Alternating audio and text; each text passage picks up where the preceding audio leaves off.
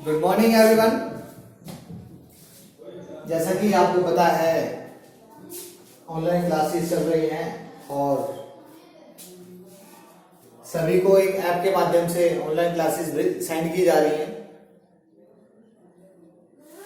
तो यदि किसी स्टूडेंट को कोई स्टूडेंट ऐप जो हमारा कॉलेज का ऐप है उसको खोलने में कोई प्रॉब्लम आ रही है तो उसके बारे में बता सकते हैं। यदि किसी की वीडियो में कोई प्रॉब्लम आ रही है तो उसके बारे में बता सकते हैं।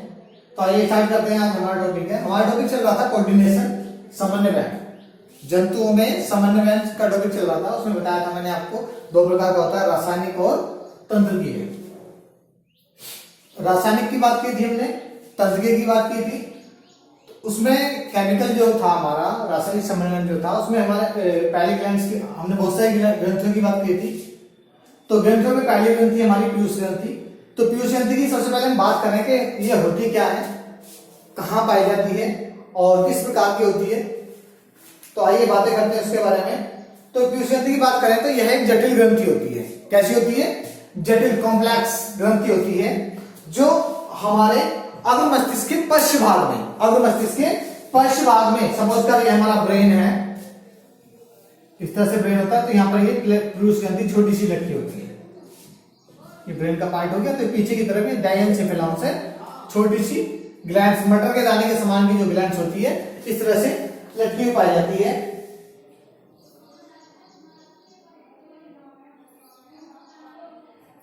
जो इनफेंडिबुलम एक तंतु होता है उसके द्वारा जुड़ी होती है। क्लियर? आगे देखिएगा, ये तो था पीयूष ग्रंथि का स्थान कहां पाई जाती है। आप बता सकते हैं। क्वेश्चन आता है इस प्रकार का कि पीयूष ग्रंथि कहां स्थित होती है। तो आपको सीधा से आंसर यही देना है कि अग्र मस्तिष्क के पश्च भाग में डायनसेफेलॉन नामक संरचना के अधरतल पर स्थित होती है। डायनसेफेलॉन जो पार्ट होता है तो उसके अधरतल पर स्थित होती है। इससे पहले मैंने आपको पढ़ाया होगा, ब्रेन के पार्ट पढ़ाए होंगे। तो ब्रेन के 3 पार्ट होते हैं, सेरिब्रम, सेरिबलम और मेडुल्ला, यानी कि प्रमस्तिष्क, अनुमस्तिष्क और मस्तिष्क पुच्छ।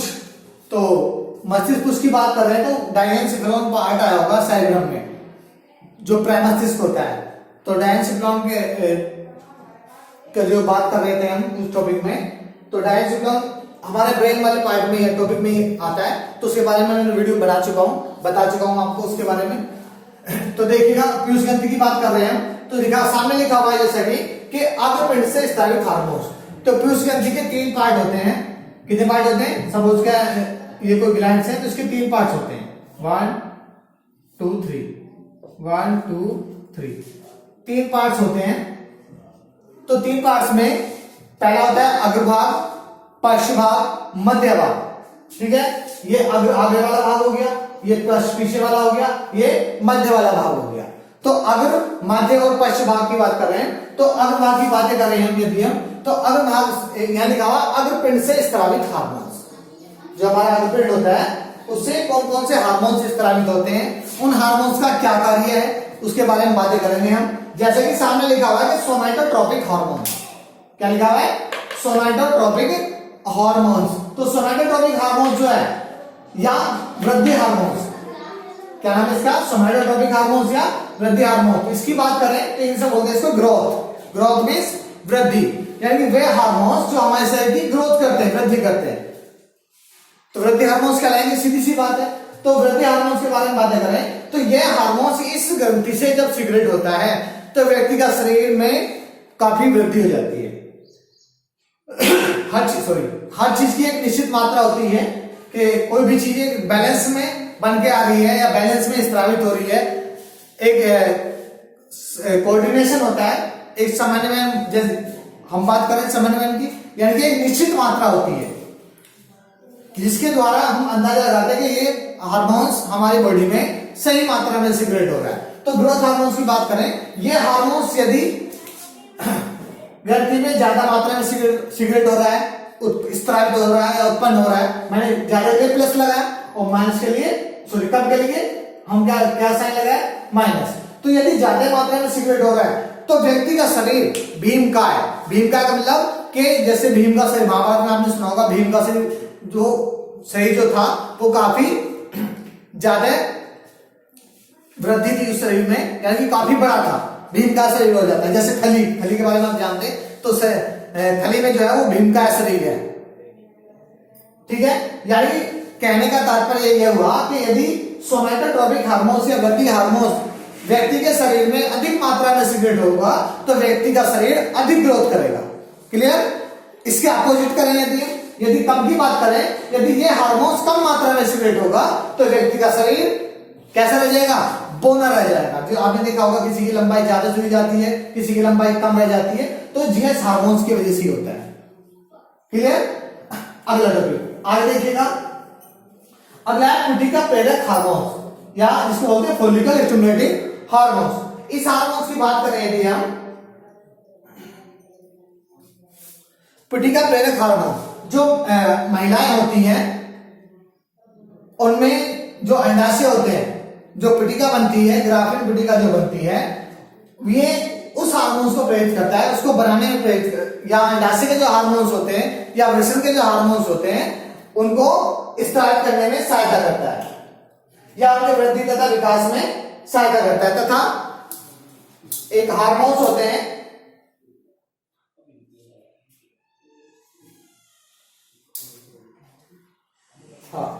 एक हार्मोन्स होता है जो महिलाओं में स्टार्ट होता है, उसको बोलते हैं एस्ट्रोजन।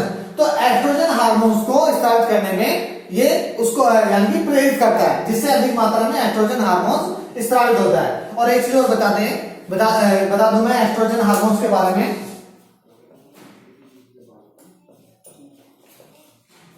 एस्ट्रोजन हार्मोन ये क्या होता है? नारी विकास हार्मोन्स होता है।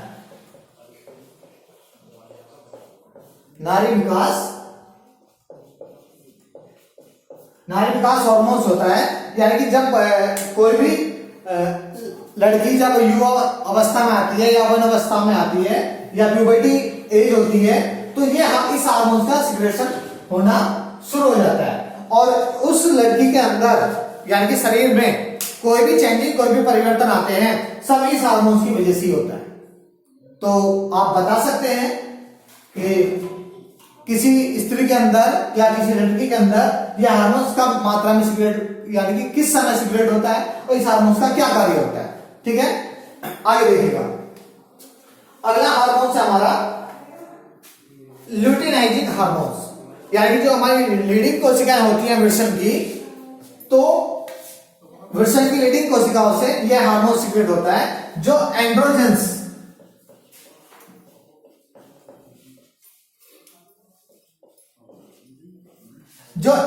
को प्रेरित करता है। यानी कि एंड्रोजेंस हार्मोन जो होता है वो किससे मिलता है? वो मेल में मिलता है। जैसे फीमेल में मैंने आपको बताया अभी, फीमेल में एस्ट्रोजन होता है और मेल में एंड्रोजेंस होता है। यदि क्वेश्चन आने लगे कि फीमेल जो नारी विकास हार्मोन्स होता है वो कौन सा होता है? एस्ट्रोजन। और पुरुष विकास हार्मोन्स की बात करें तो पुरुष विकास हार्मोन्स होता है एंड्रोजेंस। जब बच्चा जवान होता है तो उसके जो दाढ़ी मूंछ वगैरह आते हैं और जो भी बॉडी में चेंजिंग परिवर्तन आते हैं, आवाज में भारीपन हो गया जैसे, तो ईटीसी आदि बहुत सारे चेंजिंग आते हैं, तो वो सब किस हार्मोन्स की वजह से होते हैं? वो सब एंड्रोजन हार्मोन्स की वजह से होते हैं। क्लियर? अगला है प्रोलैक्टिन, अगला है थायरोट्रोपिक या थायराइड प्रेरक हार्मोन, जिसको बोलते हैं टीएसएच। ये शॉर्ट में टीएसएच होता है।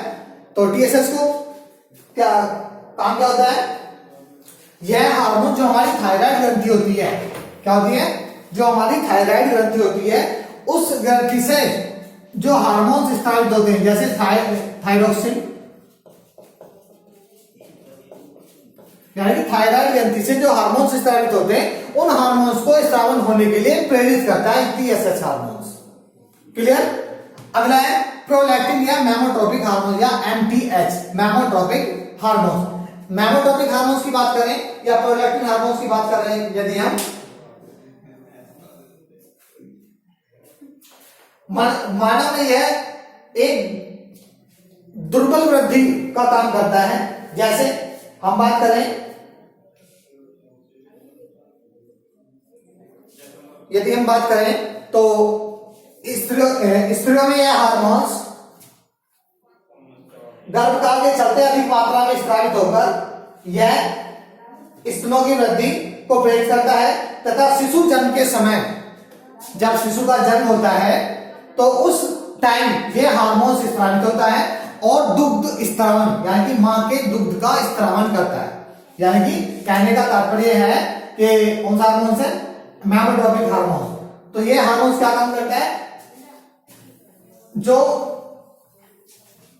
गर्भवती महिलाएं होती है जब शिशु को जन्म देती हैं तो उस समय पर यह हार्मोन स्रावित होता है, जिससे बच्चे को दूध का सिक्रेशन आसानी से हो जाता है। क्या नाम उसका, प्रोलैक्टिन हार्मोन। या जो गर्भवती महिला होती है जो आफ्टर डिलीवरी पे लैक्टेशन का कार्य करती हैं, यानी कि दूध स्त्रावन का। अगला टॉपिक है एड्रीनोकोर्टिकोट्रोपिक हार्मोन्स। एड्रीनोकोर्टिकोट्रोपिक हार्मोन्स, ये जो हमारी अधिग्रह ग्रंथि होती है उसके दो भाग होते हैं, कोर्टेक्स और मेडुला। तो वल्के जो भाग होता है कोर्टेक्स, उससे जो हार्मोन्स स्रावित होते हैं उन हार्मोन्स को स्त्रावन होने के लिए प्रेरित करता है, यानी कि एक प्रकार से ऑर्डर देता है। वो टाइम कंडीशन अलग अलग होती है, किस समय कौन सा हार्मोन सिक्रेट होना है। क्लियर? अलग अलग बातें करेंगे, जब अलग अलग ग्रंथियां पढ़ेंगे हम तो सभी के बारे में बातें करेंगे, सभी हार्मोन्स के बारे में कि ग्रोथ हार्मोन्स क्या काम करता है, पिटिका प्रेरक हार्मोन्स क्या, जब गोनोड्स पढ़ाए जाएंगे उसमें बातें करेंगे इनके बारे में। अगला टॉपिक हमारा इसमें अगला है पश्चपिंड से स्रावित हार्मोन। यानी कि मैंने बताया था 3 पार्ट होते हैं, अग्र, मध्य और पश्च। तो पश्च की बात कर रहे हैं तो पश्च से वैसोप्रोसिन नामक हार्मोन से स्रावित होता है,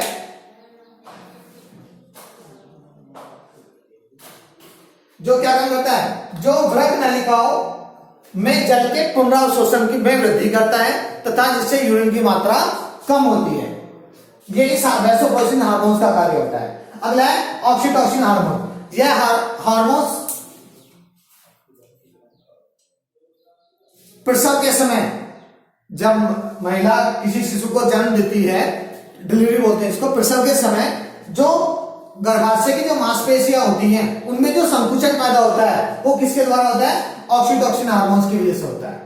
या दूसरा काम होता है, आपने देखा होगा कि जो गाय भैंस होती है उनके यदि वो दूध नहीं देती हैं तो उनके इंजेक्शन लगाया जाता है,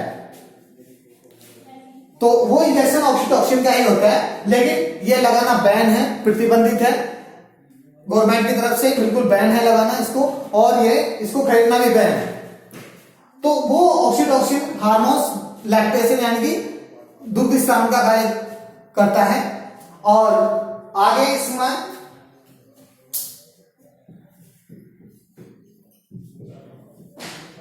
दूसरा कार्य इसका है, दूसरा कार्य इसका होता है, यानी कि संभोग अवस्था में यह गर्भाशय की पेशियों में संकुचन कर तो शुक्राणु को गर्भाशय में या ओवरीज में आगे की तरफ धकेलने का भी कार्य करता है। यानी जो मांसपेशियां संकुचित कॉन्टैक्ट होती हैं तो वो सब इसी हार्मोन्स की वजह से होती हैं। यानी कि आम भाषा में बोल सकते हैं कि जब प्रसव होता है, डिलीवरी होती है, जो यानी कि किसी गर्भवती महिला के पेन होते हैं, दर्द होते हैं, वो सब इसी हार्मोन्स की वजह से होते हैं। और यदि किसी गर्भवती महिला के पेन नहीं होते हैं और डॉक्टर को बुलाया जाता है कि इंजेक्शन पेन नहीं हो रहे हैं, तो वो डॉक्टर उस समय पर इसी इंजेक्शन का यूज करते हैं, यानी कि इसी हार्मोन के इंजेक्शन का यूज करते हैं, जिससे प्रसव में यानी कि पीड़ा में आसानी हो जाती है और संकुचन, मांसपेशी संकुचन बढ़ जाता है, जिससे डिलीवरी नॉर्मल हो जाती है। अब मध्यपिंड की बात करें तो मध्यपिंड जो होता है वो हमारा इसका पीयूष ग्रंथि का अल्प विकसित होता है, यानी कि बहुत ही कम मात्रा में डेवलप होता है, तो इससे कोई हार्मोन स्रावित नहीं होता है। तो जैसा कि आपने देखा कि अग्रपिंड से स्रावित हार्मोन्स जीएच हार्मोन्स हो गया, एफएसएच हो गया, एलएच हो गया, टीएसएच हो गया, एमटीएच हो गया, एसीटीएच हो गया, एड्रीनोकोर्टिकोट्रोपिक हार्मोन्स। और पश्चपिंड की बात करें तो वैसोप्रोसिन हो गया, वृक्क में पुनरावशोषण बढ़ाता है, यूरिन की मात्रा को कम करता है। ऑक्सीटोसिन हो गया, मांसपेशी गर्भाशय में संकुचन पैदा करता है। तो अब आप अंदाजा लगाइए कि जब पूरी बॉडी को ये सारे जो ये हमारी पीयूष ग्रंथि है ये कितना काम कर रही है। देखो आप ये वृद्धि हार्मोन्स को भी सिक्रेट कर रही है, फोलिकल को भी सिक्रेट कर रही है, ल्यूटिनाइजिंग को भी कर रही है, यानी कि बॉडी के सारे हार्मोन्स को या सारी ग्लैंड्स को कंट्रोल कर रही है, या सारी ग्लैंड्स को क्या कर रही है, एक ऑर्डर दे रही है कि आप इस काम को करिए। इस कार्य को करने के कारण ही इसको क्या कहा जाता है? मास्टर ग्रंथि कहा जाता है। कोई आपसे पूछने लगे कि पीयूष ग्रंथि को मास्टर ग्रंथि क्यों कहा जाता है? क्योंकि इस ग्रंथि का सारी ग्रंथियों के ऊपर कंट्रोल होता है। जब कंट्रोल होता है यानी कि सारी ग्रंथियां किसके द्वारा संचालित होती हैं? पीयूष ग्रंथि के द्वारा संचालित होती हैं। इसलिए इसको क्या कहा जाता है? पिट्यूटरी ग्लैंड या मास्टर ग्रंथि कहा जाता है। ओके, आज की वीडियो में इतना ही। नेक्स्ट वीडियो में लेकर आएंगे न्यू ग्लैंड जिसका नाम होगा थायराइड ग्रंथि। Okay, thank you, thanks for watching.